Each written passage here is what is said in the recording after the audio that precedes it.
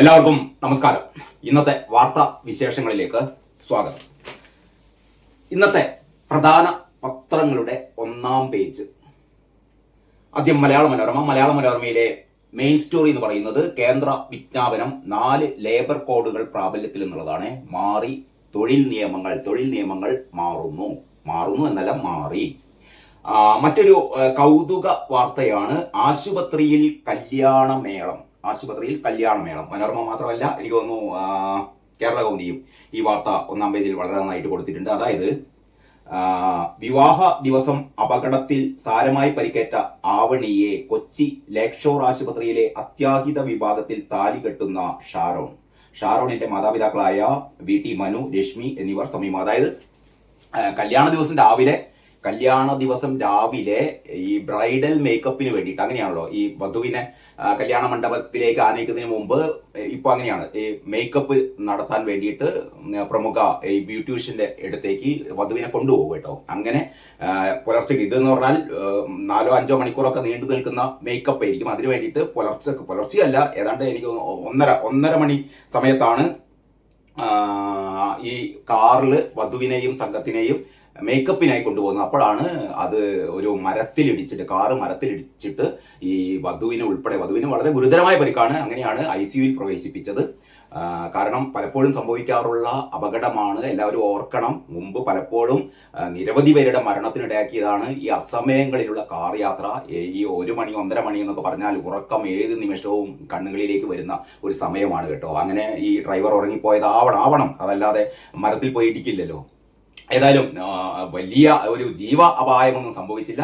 ആശുപത്രിയിൽ ICUവിൽ കിടക്കുന്ന ഈ വധുവിനെ ഈ ICUവിൽ ചെന്നിട്ട്, ഒരു പക്ഷേ കേരളത്തിൽ ആദ്യമായിരിക്കും അല്ലെ, ICUവിൽ ഒരു വിവാഹം, താലി കെട്ടി ബന്ധുക്കൾ പങ്കെടുത്തു. ഈ കല്യാണ സദ്യ ആർക്കും പ്രശ്നമൊന്നുമില്ല. കാരണം കല്യാണ സദ്യ നേരത്തെ പറഞ്ഞ പോലെ തന്നെ ആ പ്രത്യേക ബുക്ക് ചെയ്ത ഹാളിൽ ഈ താലികെട്ടിന് ശേഷം വളരെ വിഭവസമൃദ്ധമായ കല്യാണ സദ്യയും നടത്തി എന്ന് പറയുന്ന ഒരു വാർത്തയാണ്. ആലപ്പുഴയാണ് സംഭവം കേട്ടോ. ആലപ്പുഴ വേദനയ്ക്ക് മീതെ നിറഞ്ഞ ആനന്ദത്തിൽ ആവണി പുഞ്ചിരി തൂകി. വധുവായി ഒരുങ്ങാനുള്ള യാത്രക്കിടെ വാഹനാപകടത്തിൽ സാരമായി പരിക്കേറ്റ ആവണിക്ക് നിശ്ചയിച്ച സമയത്ത് തന്നെ ആശുപത്രി അത്യാഹിത വിഭാഗത്തിൽ ഷാരോൺ താലി ചാർത്തി.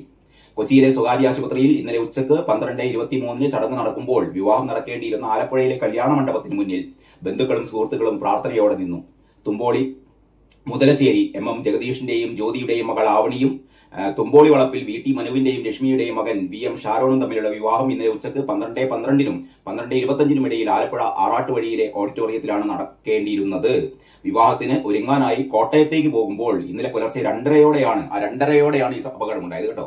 2:30യോടെയാണ് കുമരകം ചേർത്തല റോഡിൽ ചൂളപ്പാലത്തിന് സമീപം നിയന്ത്രണം വിട്ട കാർ മരത്തിലിടിച്ച് ആവണിക്കും കൂടെയുണ്ടായിരുന്നവർക്കും പരിക്കേൽക്കുകയായിരുന്നു. അങ്ങനെ ആ വാർത്ത. അത് കഴിഞ്ഞിട്ടാണ് നമ്മുടെ അമ്പല കൊള്ള വാർത്ത വരുന്നത്. പത്മകുമാർ വെട്ടിയെഴുതി ചെമ്പ്, ഏതാണ്ട് മെയിൻ തലക്കെട്ടിന്റെ അതേ വലുപ്പത്തിലാണ്. പത്മകുമാർ വെട്ടിയെഴുതി ചെമ്പ്. നോക്കണം നിങ്ങൾ, പത്മകുമാർ എന്ന് പറയുന്ന മുതലാണ് CPMന്റെ സ്വന്തം നേതാവ് അല്ലെ. CPMന്റെ സ്വന്തം നേതാവ്, CPMന്റെ മുൻ MLA, കോന്നി MLA ആയിരുന്നു പത്മകുമാർ. ശബരിമല ക്ഷേത്രം എന്ന് പറഞ്ഞാൽ തന്റെ തറവാട്ട് വകയാണ് എന്ന് പോലും കരുതിയിരുന്ന, അവിടെ ഇനിയും ഒരുപാട് കാര്യങ്ങൾ പുറത്തു വരാനുണ്ട് കേട്ടോ. ഈ മുതലിന്റെ മോനാണ് അവിടുത്തെ രുദ്രാക്ഷവും, അയ്യപ്പന്റെ രുദ്രാക്ഷവും യോഗദണ്ഡും ഒക്കെ രണ്ടാമത് സ്വർണം പൂശിയ മുതലാണ് കേട്ടോ. അന്ന് എത്ര സ്വർണം കട്ടെടുത്തു എന്നുള്ളത് അതൊക്കെ ഇനി വരുന്ന അന്വേഷണം ഇതൊക്കെ തുടങ്ങിയിട്ടുള്ളൂ. മഞ്ഞുമലയുടെ അഗ്രം മാത്രമേ പുറത്തു വന്നിട്ടുള്ളൂ. അടിയിലേക്ക് ഇങ്ങനെ കിടക്കുന്നുണ്ട് കേട്ടോ. വരും വരാതിരിക്കില്ല. ഞാൻ നേരത്തെ വീഡിയോയിൽ പറഞ്ഞ പോലെ ഒരു കണക്കും ബാക്കി വെക്കാതെ കാലം കടന്നു പോകില്ല. അങ്ങനെ ഈ പത്മകുമാറാണ് വെട്ടി എഴുതിയത് ചെമ്പ്.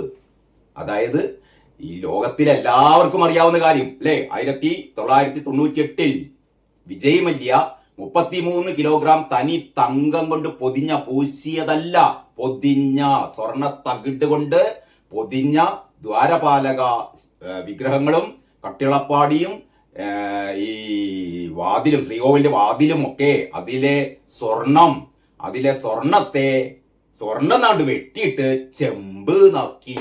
അപ്പോൾ സ്വർണത്തെ ചെമ്പാക്കുന്ന അത്ഭുത വിദ്യയാണ് നമ്മുടെ സഖാക്കൾക്കുള്ളത്. ഉളുപ്പുണ്ടോ? ഉളുപ്പുണ്ടോ സഖാക്കളെ? രാജിവെച്ച് പോണടോ. മുഖ്യമന്ത്രിയോട് അല്ല കേട്ടോ പറയുന്നത്, കാരണഭൂതത്തോടല്ല പറയുന്നത്, തെറ്റിദ്ധരിക്കണ്ട.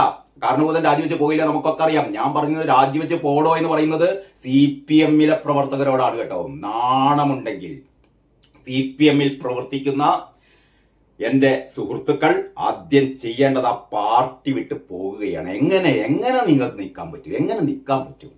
നമ്മൾ വിശ്വസിക്കുന്ന ഒരു രാഷ്ട്രീയ പാർട്ടി ഭഗവാനെ കൊള്ളയടിക്കുന്ന പാർട്ടി, വേറെ എവിടെയെങ്കിലും കൊള്ളയടിച്ചോട്ടെ, വല്ല ബാങ്ക് കൊള്ളക്ക് പോയിക്കോട്ടെ, എന്നാലും നമുക്ക് സഹിക്കാം. ബാങ്കുകൾ കൊള്ളയടിക്കട്ടെ, വീടുകൾ കൊള്ളയടിക്കട്ടെ, പാവങ്ങളുടെ പിച്ചച്ചട്ടി കൊള്ളയടിക്കട്ടെ, ഒക്കെ സഹിക്കാം. ഇത് ഭഗവാന്റെ കാണിക്കയും ഭഗവാന് കിട്ടുന്ന സ്വർണവും നാണയങ്ങളും നോട്ടുകെട്ടുകളും ഒക്കെ കൊള്ളയടിക്കുന്നത്, അതിന്റെ കഥ വേറെ വരാനുണ്ട്. അതിന്റെ കഥ വേറെ വരാനിരിക്കുന്നു. ഇതൊന്നല്ല, ഇത് ശ്രീകോവിലിന്റെ മുന്നിലുള്ള ദ്വാരപാലക ശില്പങ്ങളുടെ സ്വർണം കൊള്ളയടിക്കുക എന്ന് പറഞ്ഞാൽ ലോകത്തിലെ തന്നെ ഏറ്റവും വലിയ കൊള്ള. അതിന്റെ സ്വന്തം ആൾക്കാരാണ്, അത് നടപ്പിലാക്കിയ ടീമാണ് കേരളത്തിലെ പിണറായി ഫാൻസ് അസോസിയേഷൻ, പിണറായിയുടെ കൊള്ളസംഘം. നമുക്ക് അങ്ങനെ പറയാം, ചമ്പൽ കൊള്ള സംഘം എന്നൊക്കെ പറയും പോലെ വരുംകാലത്ത് കേരള രാഷ്ട്രീയം രേഖപ്പെടുത്തും പിണറായിയുടെ കൊള്ളസംഘം, പിണറായിയുടെ നേതൃത്വത്തിലുള്ള കൊള്ളസംഘം എന്ന്. നിങ്ങളിത് കേട്ടിട്ട് അമ്പരക്കൊന്നുമില്ല. നിങ്ങൾ അമ്പരക്കില്ല എന്ന് എനിക്ക് അറിയാം. കാരണം അതാണ് നടന്നുകൊണ്ടിരിക്കുന്നത്. അതല്ലാതെ നിങ്ങൾക്കൊന്ന് ആലോചിച്ച് നോക്കിയാൽ മതി. അതായത് ഈ കോടാനുകോടി ആൾക്കാര് മുഴുവനും കണ്ട് തൊഴുത് ആനന്ദ നിർവൃതി അടയുന്ന ഈ ശ്രീകോവിലിന്റെ മുന്നിലെ ഈ ദ്വാരപാലക ശില്പങ്ങള് സ്വർണ്ണം എഴുതിയതാണ്ട് വെട്ടിയിട്ട് അത് ചെമ്പാണ് എന്ന് പറയുന്ന എന്ന് എഴുതിയ ഈ പത്മകുമാറിനെ കണ്ടല്ലോ, ഞാൻ സ്ഥിരം പറയുന്ന പോലെ ഇങ്ങനെയൊന്നും അല്ല കൈകാര്യം ചെയ്യണ്ട കേട്ടോ.